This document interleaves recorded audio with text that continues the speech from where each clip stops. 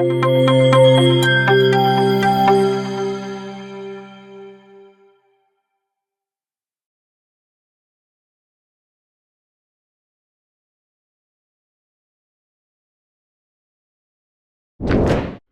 this vlog on Flutter, let's try to see how do we implement streams in Drift database.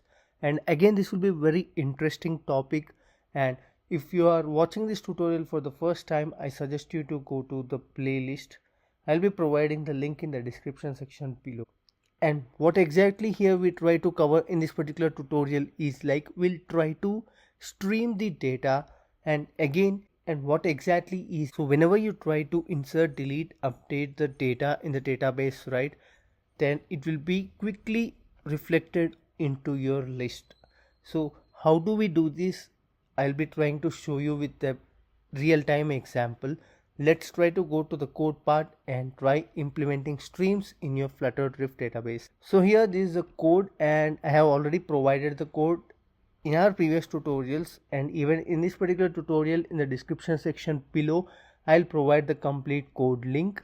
And the first thing, quickly I'll try to add the streams here. So here I'm trying to add a stream, and again the stream will provide the output in terms of list of users here, and I'll be providing it like watch all users. So this is the name.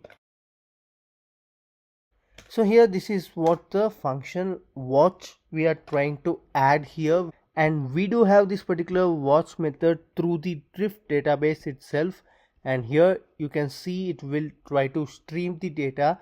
And let's try to quickly add code here.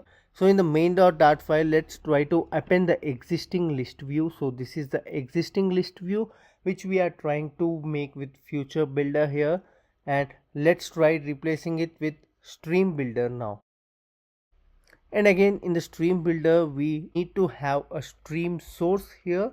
So I'll be providing the stream source to be database dot, we have added the method, right, watch all users. So this will be the source, and again there is no change in the builder, but again we need to make sure if users is empty, then in this particular scenario we need to return a message here, and again that message to be in the center of the screen like no users found, and add a text widget here. So inside the text widget you can just specify no users found, that's it. And also make sure this would be a constant, okay, and also verify whether users is not null. And one more important thing, you need to replace this with stream here. So the return type would be StreamBuilder, not FutureBuilder anymore. And that's it, almost everything is done. So you can remove this and even this. Fine, now everything is appropriate, and let's try to run this particular code. And again I'll be choosing the Android emulator only here. So let's try running this particular code in the Android emulator. And previously, if you see in our previous videos, right, whenever there is some change in the data, I was trying restarting the application, and even I specified that multiple times. Even in our previous tutorial I said the same, because we can simply implement the set state or state management. We can try adding a library and do it, but the reason why I did not implement it, because I want to introduce the stream concept in here. It will be very much easy and flexible for you. So now let's try running the code and see how this works. And now our application is being installed, and now let's try to see how this stream works. I'm trying to add new user here. So if you have gone through our previous tutorials, you might be well familiar. On click of this floating action button, we are directly adding a user here. So when I add this user, right, I'm able to see it on my screen. Previously, when you see my previous videos, I used to restart the application, then it would have happened. And also let's try updating the data.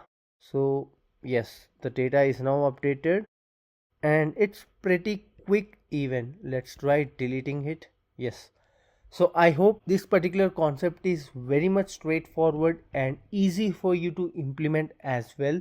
So this is just a use case I have shown here. You might use it in different ways in your project. Try introducing this particular stream concept. Most of you might be already well familiar with this particular concept, but I just want to cover these things for the beginners who are getting started with the Drift database. So I hope you found this tutorial interesting. If yes, do like, share and subscribe to our channel for more interesting content on Flutter.